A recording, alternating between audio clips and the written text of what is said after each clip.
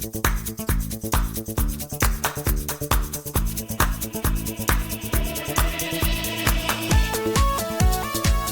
Hello friends, நான் உங்க SKA பேசுறேன். இந்திய வரைபடத்தை மாற்றி பெரிய எல்லை சிக்கலை தொடங்கிய பங்களாதேஷ். எனவே மிகப்பெரிய போர் எச்சரிக்கை, மிகப்பெரிய அட்டாக் வார்னிங் இந்திய வெளியுறவு அமைச்சகத்தால் பங்களாதேஷுக்கு மிகவும் அவசரமாக அனுப்பப்பட்டுள்ளது. ஆனால் அதே நேரத்தில் இதுவரை சைனா குழப்பங்களை ஏற்படுத்திய இந்தியாவின் கைலாஷ் மலைத்தொடர் சிக்கல் இந்த வாரம் முடிவுக்கு வந்துவிட்டது. இனிமேல் இந்தியாவின் பக்தர்கள் எந்த சிக்கலும் இல்லாமல் கைலாஷ் மலைக்கு இந்தியாவின் பாத யாத்திரை செய்யக்கூடிய பக்தர்கள் எந்த பிரச்சனையுமே இல்லாமல் கைலாஷ் மலைக்கு போய்கிட்டு வரலாம். இது இந்தியாவுக்கு கிடைத்த மிகப்பெரிய ஒரு ஒப்பந்த வெற்றி அப்படின்னு சொல்லலாம். இந்தியாவின் கைலாஷ் மலை, திபெத் பற்றிய மிக முக்கியமான செய்திகளும், இந்தியாவின் பங்களாதேஷ் எல்லை சிக்கலும், போர் சூழல் பற்றியும், சிரியாவில் நடக்கும் திடீர் அரசியல் மாற்றங்கள், இஸ்ரேலின் மிகப்பெரிய தொடர் வெற்றிகள் பற்றியும், இஸ்ரேலில் இன்று செய்யப்பட்ட மிகப்பெரிய ஒரு தாக்குதல், டெலவீவ் நகரத்தை அழிக்கக்கூடிய விதத்தில் செய்யப்பட்ட தாக்குதலை பற்றியும், பாகிஸ்தானுக்கு அமெரிக்காவால் வைக்கப்பட்டுள்ள மிகப்பெரிய ஒரு ஆப்பு, எல்லாமே ரொம்ப முக்கியமான செய்திகள். அதனால கடைசி வரைக்கும் பாருங்க. திபெத் மற்றும் அருணாச்சல பிரதேஷ் என்பது இந்தியாவுக்கான பகுதி, எந்த சந்தேகமுமே கிடையாது. திபெத் மீதான சைனாவின் ஆக்கிரமிப்பை அமைதியான முறையில் தீர்ப்பது மட்டுமல்லாமல், திபெத் மக்களின் மிகப்பெரிய ஆசை இந்தியாவுடன் இணைய வேண்டும் என்ற ஆசையை மனிதாபிமான அடிப்படையில் அந்த மக்களின் ஆசைக்கும் அவர்களுடைய ஆர்வத்திற்கும் மரியாதை கொடுத்து உடனடியாக சைனா திபெத் ஆக்கிரமிப்பை கைவிட வேண்டும் என்ற சட்டம் சென்ற வருடம் அமெரிக்காவின் செனேட் ஹவுஸில் மிக முக்கியமான ஒரு சட்டம் முன்மொழியப்பட்டு அப்ரூவ் செய்யப்பட்டது. உடனடியாக இந்திய அரசும் அதற்கான தீர்மானத்தை அமெரிக்க அரசுடன் பேசி முடிவு செய்தது. 2022 ஆண்டில் டிசம்பர் 9 அன்று சைனாவின் 300 வீரர்கள் இந்தியாவின் தவாங் எல்லையில் நுழைய முயற்சி செய்த நேரத்தில் இந்திய வீரர்களால் அடித்து விரட்டப்பட்டார்கள். அது உங்களுக்கு ஞாபகம் இருக்கா? அது இந்தியாவின் மிலிட்டரிக்கு கிடைத்த மிகப்பெரிய ஒரு வெற்றியாக பார்க்கப்பட்டது. அதே வாரத்தில்தான் திபெத் இந்தியாவுக்கான பகுதி 1ல இந்தியாவுடன் சேர்க்கணும், இல்லையேல் திபெத் மக்களை தனியாக அவர்களின் ஆசைக்கு ஏற்றாற்போல ஒரு மாகாணத்தை, ஒரு புதிய மாகாணத்தை உருவாக்கும் ஏற்பாடுகளை சைனா அனுமதிக்க வேண்டும் என்ற சட்டம் இந்தியாவுடன் கலந்து பேசி அமெரிக்காவால் உருவாக்கப்பட்டது. அந்த நேரத்தில் தவாங் மற்றும் லடாக் எல்லையில் எப்போது வேண்டுமானாலும் சைனாவுக்கும் இந்தியாவுக்கும் மிகப்பெரிய ஒரு போர் மூழலாம் என்ற சூழல் இருந்த நேரத்தில் எரியிற நெருப்புல எண்ணெயை ஊத்துற மாதிரி அமெரிக்கா இந்த புதிய சட்டத்தை ரிவ்யூ செய்து பாஸ் செய்தது. ஆனால் எல்லையில் இந்தியாவுக்கு கிடைத்த அந்த வெற்றிதான் பல ஆண்டுகளுக்கு பிறகு இந்தியா மீதான சைனாவின் பாலிசி மாறக்கூடிய அளவுக்கு மிகப்பெரிய மாற்றங்கள், அரசியல் மாற்றம் ஏற்பட தொடங்கியது. அது கடந்த 2 ஆண்டுகளாக சைனா இந்தியாவின் ஒவ்வொரு புதிய கட்டளைக்கும் வளைந்து கொடுக்க ஆரம்பித்துள்ளது அப்படின்னு சொல்லலாம். அப்படி இந்தியாவுக்கு பொருளாதார ரீதியாகவும் பல வெற்றிகள் கிடைத்தது. பல வெளிநாட்டு நிறுவனங்களுக்கு இந்தியாவின் உள்நாட்டு பாதுகாப்பு மீதான நம்பிக்கை இன்னும் அதிகமானது. அதன் பிறகு தவாங் மற்றும் அருணாச்சல எல்லை பகுதிகள் பற்றிய ஒரு கேள்வி கூட இன்று வரைக்கும் சைனா கேட்கவில்லை. தவாங்கில் அந்த நேரத்தில் இந்தியாவுக்கு கிடைத்த அந்த வெற்றிக்கு பிறகுதான் இந்தியாவுக்கும் சைனாவுக்கும் இடையில் இந்த அருணாச்சல் பிரதேஷ் பகுதியில் இருக்கக்கூடிய மெக்மஹோன் லைன் என்று சொல்லக்கூடிய எல்லை வரிதான் உண்மையிலேயே இந்தியாவையும் சைனாவையும் பிரிக்கக்கூடிய ஒரு எல்லை வரி என்ற சர்வதேச எல்லை வரம்பு சட்டம் உடனடியாக ரிவ்யூ செய்யப்பட்டு அமெரிக்காவின் அனைத்து செனேட்டர்ஸ் குழுவால் அப்ரூவ் செய்யப்பட்டு அதற்கும் ஒரு புதிய சட்டம் அமெரிக்காவின் செனேட்டர் சபையில் பாஸ் செய்யப்பட்டது.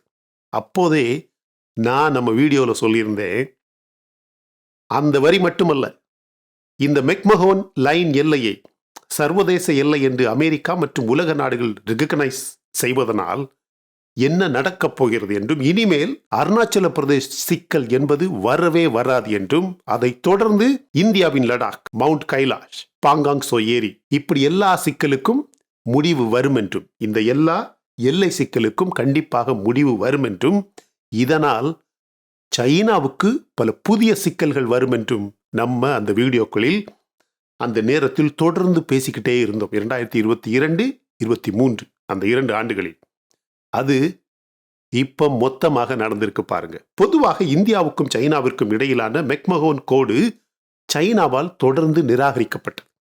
ஆனால் அருணாச்சல பிரதேசத்தின் தவாங் எல்லையில் சைனாவின் 300 வீரர்கள் இந்திய படை வீரர்களால் அடித்து துரத்தப்பட்ட பிறகுதான் உலக அளவில் இது ஒரு பெரிய சிக்கலாக மாறியது. அவர்களை துரத்தி அடித்ததோடு இந்தியா அப்படியே விடவில்லை. அமெரிக்கா மற்றும் ரஷ்யா போன்ற நாடுகளை அப்ரோச் செய்ய ஆரம்பித்தது, பேசியது. 2 பேருக்குமே இந்தியா மிக முக்கியமான, தவிர்க்க முடியாத ஒரு பங்காளி. எனவேதான் அமெரிக்கா உடனடியாக உலக அளவில் மெக்மஹோன் கோட்டை இந்திய எல்லை கோட்டாக அங்கீகரித்து உண்மையான கட்டுப்பாட்டு கோட்டில் எல்ஏசியில் சைனாவின் இராணுவம் நிலையாக இருப்பது, சர்ச்சைக்குரிய எல்லைப் பகுதிகளில் கிராமங்களை கட்டுவது, அருணாச்சல பிரதேசத்தை உள்ளடக்கிய நகரங்களுக்கு சைனீஸ் மொழியில் பெயர் கொடுப்பது, பூட்டான் மீதான சைனாவின் கிளைம், திபெத் மக்களை கொடுமைப்படுத்துவது என சைனாவின் ஒவ்வொரு செயல்களையும் அமெரிக்கா கண்டித்தது மட்டுமல்லாமல் இந்தியாவின் பாராளுமன்ற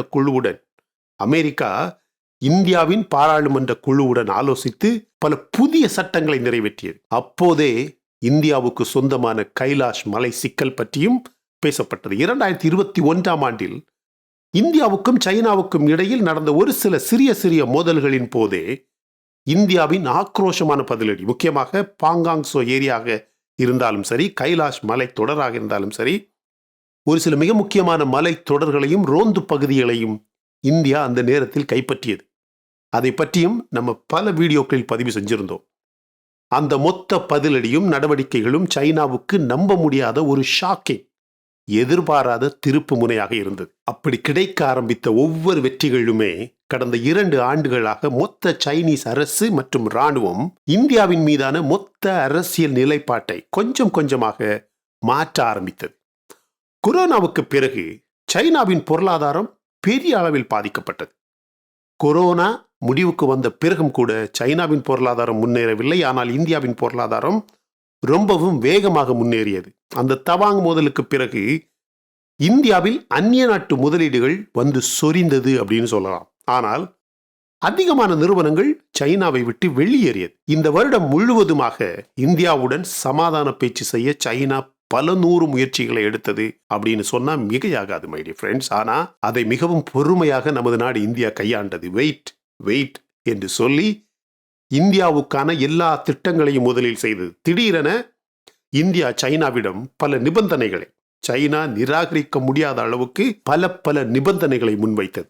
அதில் ஒன்றுதான் கடந்த 2 மாதங்களாக எல்லையில் சைனாவின் படை பின்வாங்கிய கதை. தற்போது அவர்கள் 2020 ஆண்டுக்கு முன்பு இருந்த எல்லைக்கு பின்புறம் சென்று விட்டது மட்டுமல்லாமல் இந்த வாரம் முழுவதுமாக இந்தியாவின் ஜேம்ஸ் பாண்ட் என்று சொல்லக்கூடிய அஜித் தோவல் சைனா சென்று ஒரு குழுவுடன் சென்று ஏற்கனவே கைலாஷ் மலையில் இருக்கக்கூடிய இந்திய இராணுவ வீரர்கள் கைலாஷ் மலையை விட்டு எப்போதுமே பின்வாங்க மாட்டார்கள் என்றும், ஆனால் அதே நேரத்தில் கைலாஷ் மலை இந்தியாவுக்கு சொந்தம் என்ற முறையில் இந்திய பக்தர்கள், முக்கியமாக இந்து மத பக்தர்கள் கைலாஷ் மலைக்கு செல்வதற்கான எல்லா ஏற்பாடுகளையும் இந்தியா உடனடியாக தொடங்கும் என்றும், அதற்கான புதிய சாலை வழிகளை இந்தியா தொடங்கும் என்ற மிகப்பெரிய ஒரு ஒப்பந்தம் நேற்று இந்தியாவுக்கும் சைனாவுக்கும் இடையில் செய்யப்பட்டுள்ளது. நம்மில் அதிகமான பேருக்கும் ஐயோ இந்த சைனாக்காரனை நம்பக்கூடாது என்ற எண்ணம் எல்லாம் வரும். அதெல்லாம் இனிமேல் தேவையே கிடையாது. இனிமேல் அவனுக்குத்தான் அந்த பயமும் அந்த கவலையும். ஏன் தெரியுமா? நம்ம எப்போதுமே கவலைப்பட வேண்டாம். அஜித் தோவல் மாதிரி யாருமே நெகோஷியேட் பண்ண முடியாது. உனக்கு எல்லாம் நல்லபடியாக நடக்கணுமா? இந்தியாவுக்கு இருக்கக்கூடிய சிக்கலை நீ சரி பண்ணு. India China agree on resumption of Kailash Mansarovar Yatra, cross border river cooperation, Nathula border trade. Nathula எல்லை வழியாக செய்யக்கூடிய பொருளாதாரமும் சரி, வியாபாரமும் சரி, இந்த பார்டர்ல இருக்கக்கூடிய ஆறுகள் சம்பந்தமான கோஆபரேஷன் ஒத்துழைப்புகளும் சரி, இந்த கைலாஷ் மன்சரோவர் யாத்ரா இது பற்றிய குழப்பங்களும் சரி, 70 வருடமாக சரியாகாத சிக்கலை அஜித் தோவல் அங்க போய் பேசி முடிச்சிட்டு வந்தாச்சு. India is in a commanding position. India கெஞ்சுற நிலைப்பாட்டில் தற்போது கிடையாது. உனக்கு தேவையா நீ வா, இல்லையா போ.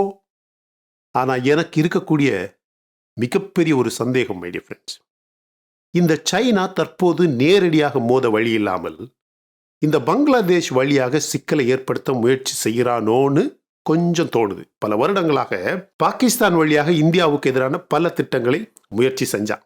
ஆனா பாகிஸ்தான் மொத்தமாக அழிந்தது. அதுபோலவே அடுத்தது பங்களாதேஷ் அழிய ஆரம்பித்து விட்டது. இன்னைக்கு இந்த டெம்பரரி அரசின் தலைவர் யூனுஸ் இருக்காரு பாத்தீங்களா, அவருடைய அரசில் இருக்கக்கூடிய மிக முக்கியமான ஒரு தலைவர் இந்தியாவின் வரைபடத்தை தவறாக ஒரு ஃபேஸ்புக் போஸ்ட் ஒன்றில் வெளியிட்டார். முகமது யூனுஸ் செய்டே posted a Bangladesh map including Indian territories. India registers strong protest. உடனடியாக கொடூரமான ஒரு போர் எச்சரிக்கை அப்படின்னு சொல்லலாம். எப்போது வேணுமானாலும் அட்டாக் கூட பண்ணுவோம். ஏன்னா இது மாதிரியான ரொம்ப மோசமான கோழைத்தனமான செயல்களை பங்களாதேஷ் அரசும் சரி பங்களாதேஷ் தலைவர்களும் சரி செய்யவே கூடாது. அதில் பாருங்க, வெஸ்ட் பெங்கால், அஸ்ஸாம், திரிபுரா 3 மாநிலங்களுமே பங்களாதேஷுக்கு சொந்தமான மாநிலங்கள் அப்படின்னு அந்த வரைபடத்தில் காட்டி ஒரு போஸ்ட் போட்டிருக்கிறார். இவன் எல்லாம் காசால இருக்க வேண்டிய ஹமாஸ் மாதிரியான ஒரு ஆள். அஜித் தோவல் அங்க போய் சைனாவையே ஆட்டம் காட்டிட்டு வந்திருக்கிறார். இந்தியாவுக்கும் சைனாவையும் பொறுத்த வரையில இனிமே இந்த பைலேட்டரல் ரிலேஷன்ல எந்த குழப்பமுமே இருக்கக்கூடாது. எப்பவுமே ரிலேஷன்ஷிப் ரொம்ப முக்கியம். இந்தியா பாதுகாப்புலையும் சரி ஆயுதங்களிலையும் சரி எவ்வளவோ முயற்சிகளையும் முன்னேற்றங்களையும் பார்த்துக்கிட்டே இருக்கு தொடர்ந்து. INS துஷில் இன்னைக்கு ரஷ்யாலேருந்து வெற்றிகரமாக இந்தியாவை நோக்கி வந்துகிட்டு இருக்கு. மை டியர் ஃப்ரெண்ட்ஸ், டிசம்பர் 17ஆம் தேதி அங்கேருந்து தொடங்கின மிகப்பெரிய பாலிஸ்டிக் ஏவுகணைகளை தூக்கி செல்லக்கூடிய மிக முக்கியமான ஸ்டெல்த் ஃப்ரிகேட்ஸ் அப்படின்னு சொல்லுவாங்க. மிக முக்கியமான ஒரு கப்பல் ரஷ்யாவிலேருந்து தயாராகி இந்தியாவுக்கு வந்துகிட்டு இருக்கு. மொரோக்காவில், இந்த நார்த் ஆப்பிரிக்கன் கண்ட்ரி, இந்தியா அதிகமான டிஃபென்ஸ் ஆயுதங்களை தயாரிக்கக்கூடிய இன்வெஸ்ட்மெண்ட்டை எங்கள் நாட்டில் பண்ணணும் அப்படின்னு வேண்டுகோள் விட்டுருக்குறாங்க. Indian investments creating jobs for Americans as well. அமெரிக்காவே சொல்லுது, இன்னைக்கு அமெரிக்க நாடே சொல்லியிருக்கு மை டியர் ஃப்ரெண்ட்ஸ். இந்தியா தொடங்கக்கூடிய தொழில்களாக இருந்தாலும் சரி, இந்தியா செய்யக்கூடிய முதலீடுகளாக இருந்தாலும் சரி, ஒரு காலத்தில் அமெரிக்கா தான் இந்தியர்களுக்கு வேலை கொடுத்தது. இப்போ இந்தியா செய்யக்கூடிய முதலீடுகள் அமெரிக்கர்களுக்கே வேலை கொடுக்குது அப்படின்னு அமெரிக்காவே சொல்லியிருக்கு. இந்தியாவின் பாதுகாப்பு திட்டம், ஆயுத வளர்ச்சி எந்த அளவுக்கு போகுது அப்படின்னு பாருங்க.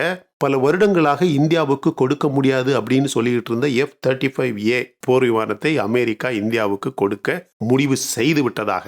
முக்கியமாக இந்த பாகிஸ்தான் சைனா கிட்டேந்து தேவையில்லாத காயலாங்கடையில போட வேண்டிய போர் விமானங்களை வாங்கி சும்மா ஷோவுக்காக வைக்கிறான். பாகிஸ்தானை இந்த ட்ரம்ப் என்ன அடிக்க போறாரு பாருங்க.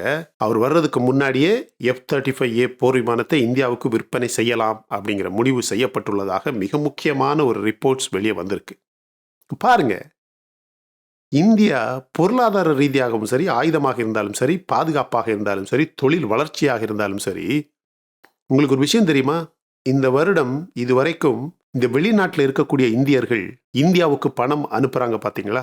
அந்த பணம் மட்டுமே பாகிஸ்தான், பங்களாதேஷ் இந்த 2 பொருளாதாரத்தையும் சேர்த்து போட்டா எவ்வளவோ அந்த அளவுக்கு இந்தியர்கள், வெளிநாடுகளில் இருக்கக்கூடிய இந்தியர்கள் நம்ம நாட்டில் பணம் அனுப்பியிருக்காங்க. அவர்களுடைய மொத்த ரெமிட்டன்ஸ் எவ்வளவு பெரிய ஒரு ஃபேக்ட் தெரியுமா? ரஷ்யாவே புட்டினே இன்னைக்கு ரொம்ப வெளிப்படையாக சொல்லியிருக்கிறாரு, இந்தியா இவ்வளவு வேகமாக வளரும் அப்படின்னு கடந்த 10-15 வருடங்களை நான் என்னைக்குமே நினைச்சது கிடையாது. இந்தியா கண்டிப்பாக வளர்ந்து ஒரு பெரிய நாடாக ஒரு காலத்துல வரும் அப்படின்னு நம்பிக்கை எனக்கு இருந்தது. ஆனா இவ்வளவு வேகமாக இந்தியா, சைனா, அமெரிக்கா அப்படின்னு உலக அளவுல 3 பெரிய நாடுகள் அப்படின்னு சொல்லக்கூடிய அளவுல இந்தியாவும் வளரும், இவ்வளவு வேகமாக வளரும் அப்படின்னு நான் எதிர்பார்க்கல அப்படின்னு புட்டினே சொல்றார். ஒவ்வொரு ஏற்பாடுகளும், அது போர் ஏற்பாடுகளாக இருந்தாலும் சரி, தொழில் முறையில் உள்ள ஏற்பாடுகளாக இருந்தாலும் சரி, இனோவேஷன், புதிய புதிய டெக்னாலஜி எல்லாமே நம்ம நாட்டில் நடக்கு. உங்களுக்கு தெரியுமா, ஆஸ்ட்ரா MK2 அதற்கான ப்ரொடக்ஷன்ஸ் ஆரம்பிச்சாச்சு. எவ்வளவோ சோதனைகள் பண்ணாங்க, எல்லாமே வெற்றிகரமாக முடிஞ்சதுனால இந்தியாவுக்கு தேவையான ஆஸ்ட்ரா MK2 மிசைல் ப்ரொடக்ஷன் ஆரம்பிச்சிட்டாங்க. அங்கே ப்ரொடக்ஷன் முடிய அது போர்க்களத்துக்கு தயாராக போய்கிட்டே இருக்கும். இதெல்லாம் பார்த்து தான் இனிமே இந்தியாவை எதுவுமே பண்ண முடியாது அப்படிங்கிற ஒரு எண்ணத்தில் தான் இப்போ சைனா வேற வழி இல்லாமல் எல்லா விஷயத்துக்குமே ஒத்து போகிறான். எல்லா திட்டங்களுக்கும், எல்லா டீலுக்கும் ஓகே. அவனை நம்பக்கூடாது அப்படிலாம் எதுவுமே இல்லை மை டியர் ஃப்ரெண்ட்ஸ். இன்னுமே வரக்கூடிய காலங்களில் நம்மளை தான் அவன் நம்பலாமா வேண்டாமா அப்படின்னு அவன் பயப்படணும்.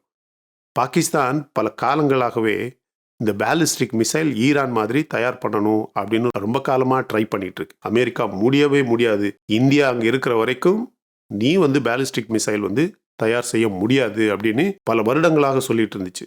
இப்போ திடீர்னு அதற்கான முயற்சிகளை தொடங்கினான். உடனே மொத்த சாங்ஷன்ஸ், பொருளாதார தடைகளை போட்டு உடனடியாக பாகிஸ்தான், அது எப்படி பக்கத்தில் இருக்கக்கூடிய இந்தியாவில் எவ்வளவோ வெரைட்டியா பேலிஸ்டிக் மிசைல்ஸ் இருக்கு, நாங்கள் மட்டும் ஏன் வச்சிருக்க கூடாது அப்படின்னு கேள்வி கேட்டது. அமெரிக்கா சொல்லுது, பாகிஸ்தான் பேலிஸ்டிக் மிசைல்ஸ் தயாரிக்க கூடாது அப்படிங்கிறது பல வருடங்களாக அமெரிக்காவில் இருக்கக்கூடிய பாலிசி.